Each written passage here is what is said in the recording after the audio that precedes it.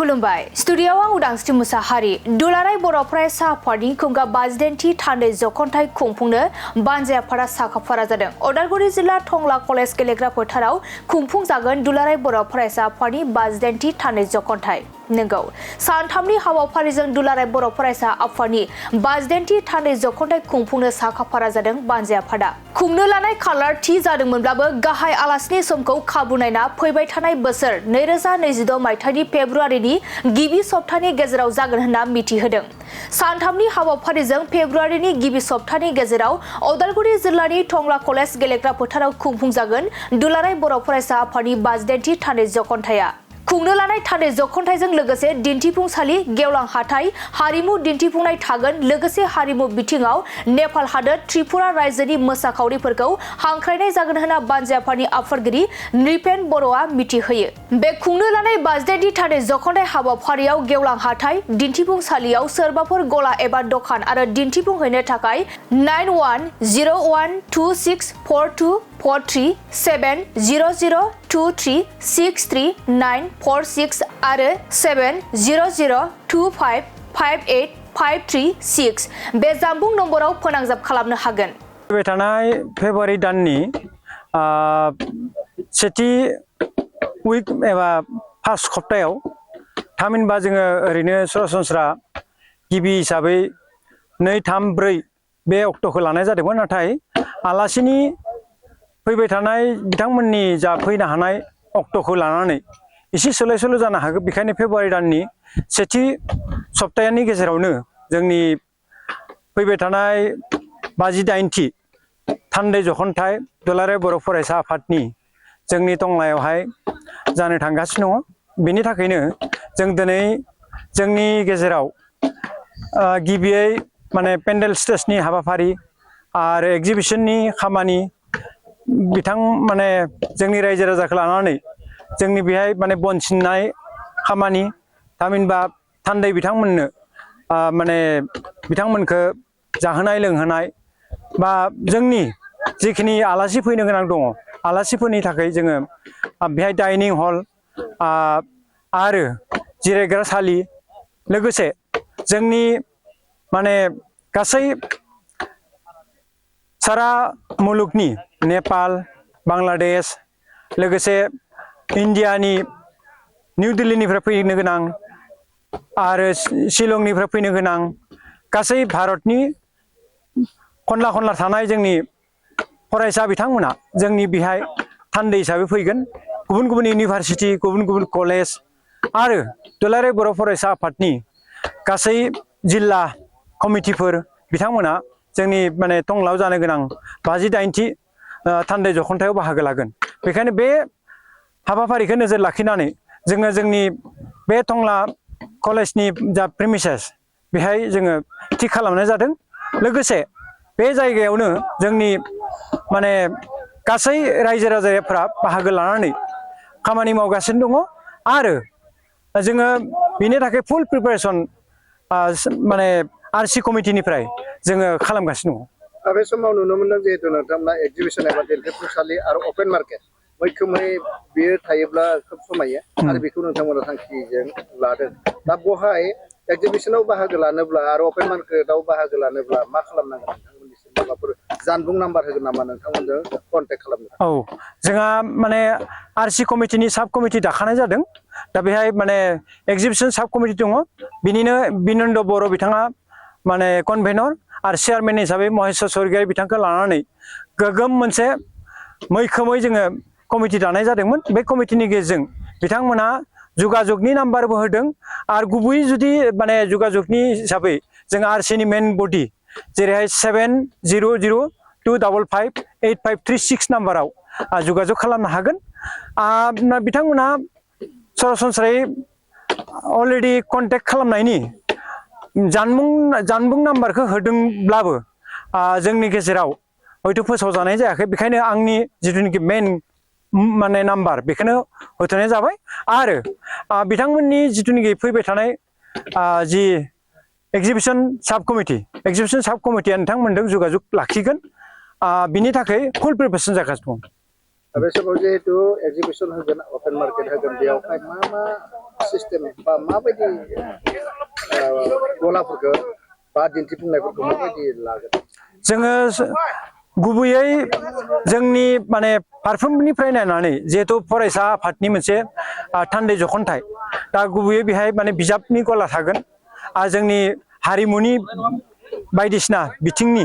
जेरैहाय गाननाय जोमनाय माने बेफोर थागोन आरो गुबुन गुबुन हारिनि बिथांमोननिबो माने गाननाय जोमनाय ड्रेस पार्टिनि बेफोर गलाफोरा थागोन आरो लकेलि जोंहा जिखिनि माने बेहाय मोननो हायै प्रडाक्ट जायो फिथाइ सामथाइनिफ्राय आदि खालामनानै जोंनियाव सरासनस्रायै उदालगुरि डिस्ट्रिक्ट होनना बुङोबा माने आपेल बुग्रि बेनिफ्राय माने गुबुन गुबुन फ्रुइट्स बेफोरखौ मोननाय जायो बेफोर बेहाय माने एभेलेबल जागोन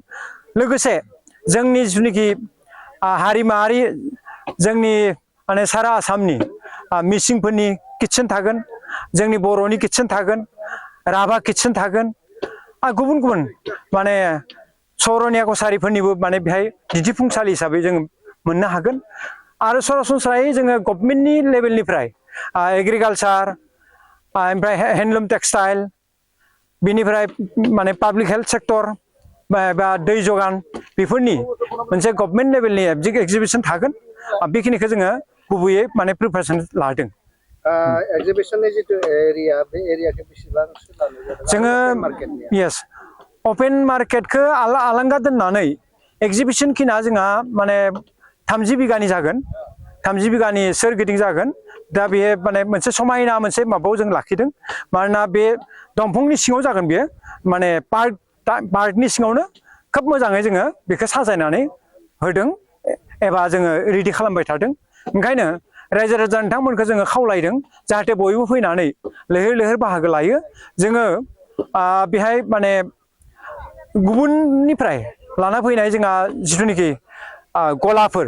बेयो एट्राक्टिभ जागोन हेन्डलुम टेक्सटाइलनि बिखेखै हेन्डलुम टेक्सटाइलनि जिहेतु थागोन बेहाय दा जिहेतु गोजां बोथोरनि माबा हिसाबै बेहाय गोजां बोथोरनि ड्रेस पार्टिखौ मोनगोन एबा गुबुन गुबुन माने एट्राक्टिभ माने माबाफ्रा थागोन आरोखि गलाफ्रा मेन जितु पेन्डेल आरो स्टेज बहा जागोन जोंहा मेन पेन्डेल स्टेज होननानै बुङोब्ला जोङो टंला कलेजनि प्लेग्राउन्डआव लादों बियो मथा मथि 45 बिगानि एराउन्ड 45 बिगा दा बे 45 बिगाब्लाबो एसे वाल दङ वालनि गेजेरावनो मथा मथि जोंनि माने माबाया जागोन आरोखि बेसेबां सोद्रोमाफोरखौ सोंनो हानायनि थाखाय नोंथांमोना लाहार फाहार खालामदों जिहेतु बेयावहाय डेलिगेट्सफोर फैगोन आरो माखासे रायजो राजाफोर औ जोङो गुबै माने फार्स्ट सानखालि जोंहा थान्दै हिसाबै जिहेतु फैगोन थान्दैया जोंहा 3,000नि बाथ्रा बुंदों आरो नायगिदिं हिसाबै जोंहा 2,000 बै सानखालि जोंनि आलासि महरै गुबैयै माने बाहेरनिफ्राय फैनाय जोंनि आरसि कमिटिखौ दोनथ'नानै 5,000 बै सानखालि जोंहा जानाय लोंनाय एबा थान्दै सोंनायनि हाबाफारिया जागोन डाइनिंआव जोङो बिथांमोननो जाहोनायनि बेबस्था खालामदों आरो नेक्स्ट माने सेकेन्ड डे खालिबो थिग बिदिनो 5,000 लोगोसे जोंनि आरसि कमिटिनि 2,000 7,000 बिदिना जागोन आरो 3 सानखालि आरो 2 सानखालिनिनो हरावबो डेलिगेटजों लोगोसे आरो माने आरसिनि बेहायबो 7,000नि माने डाइनिंआव जोङो जाहोनाय लाहार फाहार खालामदों आरो जोबथा हिसाबै 3 अक्ट' खालि जिहेतु माने जोंहा 3 अक्ट' खालि सेन्ट्रेलनि इउनियन मिनिस्टार धर्मेन्द्र प्रधान फैगोन बिथाङा फैनायनि खोथा होदों बै सानखालि जोंहा एराउन्ड माने 10,000 जोङो जाहोनायनि लाहार फाहार खालामदों दा बेखायनो बै सानखालि जोंनि गेजेराव आरोबाव नायगिदिंगिरि जोंनि आलासिफोरखौ माने सोंनाय ग्रुप गासैखौ लानानै जोंनियाव मथा मथि बै सानखालि 15,000नि जानायनि लाहार फाहार जागोन आरोखि बाजेटखौ बुंगोन नामा बाजेटआ जोंहा दासिमहाय जोङो खम समनि गेजेराव जिहेतु जाबाय माने 1.5 मासल'सो मोनदों जोङो बे हिसाबै जों रायज्लायनानै थिग खालामदों जे 1 क'रनि माबाखौ जों लादों बाजेट हिसाबै दा बेखौ बयखौबो रायजो राजा नोंथांमोनखौ जोंनि जिथुनिखि जानो गोनां 80-90 माने थान्दै जखनथाय बेयाव बयखौबो हेफाजाब होनो थाखाय जोङो खावलायनाय थाबाय बिसेसके जिहेतु टंला बे भेरगाव साब डिभिजननि रायजो राजाफोरा बांसिनहै बा मैखोमै बाहागो लानांगोन बिथांमोननिसिम मा खावलायनो जों खावलायगोन मानोना उदालगुरि डिस्ट्रिक्ट होनना बुङोब्ला जोङो उदालगुरि साब डिभिजन आरो भेरगाव साब डिभिजन बे मोननैखौ लानानै मोनसे माने जिल्ला जादों जिहेतु दा बेखायनो बे जोंहा दुलाराय बर' फरायसा आफादनि 52थि जखनथाया जिहेतु थान्दै जखनथाया जोंनि टंलायावनो जाबाय दा बेयो उदालगुरि जिल्लानि सिङावनो गोग्लैयो बे हिसाबै जों खावलायगोन जे जिहेतु टंलायाव जानाय माने उदालगुरियाव जानाय उदालगुरि डिस्ट्रिक्टनि मान सन्माननि बाथ्रा फैबाय टंलायाव जुदि जोङो साक्सेस खालामना हरोबा उदालगुरि जिल्लानि जोंनि गासै सुबुङा बर' माहारि हिसाबै जों नेसन वाइजआव जोङो माने गावखौनो गाव बिखा फोदाननानै जों फोरमायनो हागोन जे टंला लोगोसे उदालगुरि डिस्ट्रिक्टआ माने साक्सेस खालामनानै हरबाय आरो हारिनि थाखाय बिथांमोना अराय साग्रिद बे दिन्थिफुंसालियानो जा बा पेन्डेलानो जा उफेरा माबाफोर साननाय दङ नामा जे गुबुन हारिनिफ्राय बा गुबुन स्टेटनिफ्राय बा गुबुन रायजोनिफ्राय कालचार बा बायदिसिना माबा मोनसे लाबोनायनि थांखि दङ? औ नंगौ जोंनि कालचारेल डिपार्टमेन्टआ बिथांमोना सानदों जे माने त्रिपुरानिफ्राय जोंहा माने मोसाखावरिफोर एबा बिथांमोननि जिहेतु जोङो सिमिलारिटि मोनसे हारि त्रिपुरानि हारिजों आरो गुबुन फारसे जोंहा नेपालनि बड'मेस बिथांमोननि मोसानायबो मोनसे जोंनियाव बे लाबोनायनि एबा जगाजगनि बाथ्राखौ बिथांमोना सानबाय थादों बेखायनो जुदि बिथांमोना मोजां जगाजग जायोब्ला जों मोननो हागोन होननानै जों आसा खालामदों।